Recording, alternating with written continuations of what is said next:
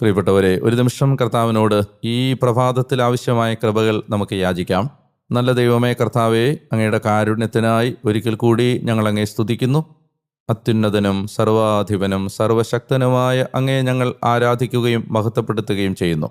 കർത്താവേ, ശത്രുക്കളെ പരാജിതരാക്കി മാറ്റുന്ന, ശത്രുക്കളുടെ മുമ്പിൽ വിരുന്നൊരുക്കുന്ന, എല്ലാ ശത്രുക്കളുടെ സംഹാര താണ്ഡവങ്ങളിൽ നിന്നും, കൊല്ലാൻ അലറിക്കൊണ്ട് ചുറ്റി നടക്കുന്ന സാത്താൻ്റെ കെണികളിൽ നിന്നും ഞങ്ങളെ കാത്തുപരിപാലിക്കാനായി അങ്ങ് ഞങ്ങളുടെ മേൽ വെച്ചിരിക്കുന്ന, എപ്പോഴും ഞങ്ങൾക്ക് തന്നിരിക്കുന്ന സംരക്ഷണത്തിൻ്റെ കവചത്തെ ഓർത്തും, ഇത്രനാൾ ഞങ്ങളെ ആപത്ത്, അനർത്ഥ, രോഗപീഠകളിൽ നിന്ന് അത്ഭുതകരമായി പരിപാലിച്ച അങ്ങയുടെ കരുണയെ ഓർത്തും കർത്താവെ, ഞങ്ങൾ അങ്ങേക്ക് നന്ദി പറയുകയാണ്.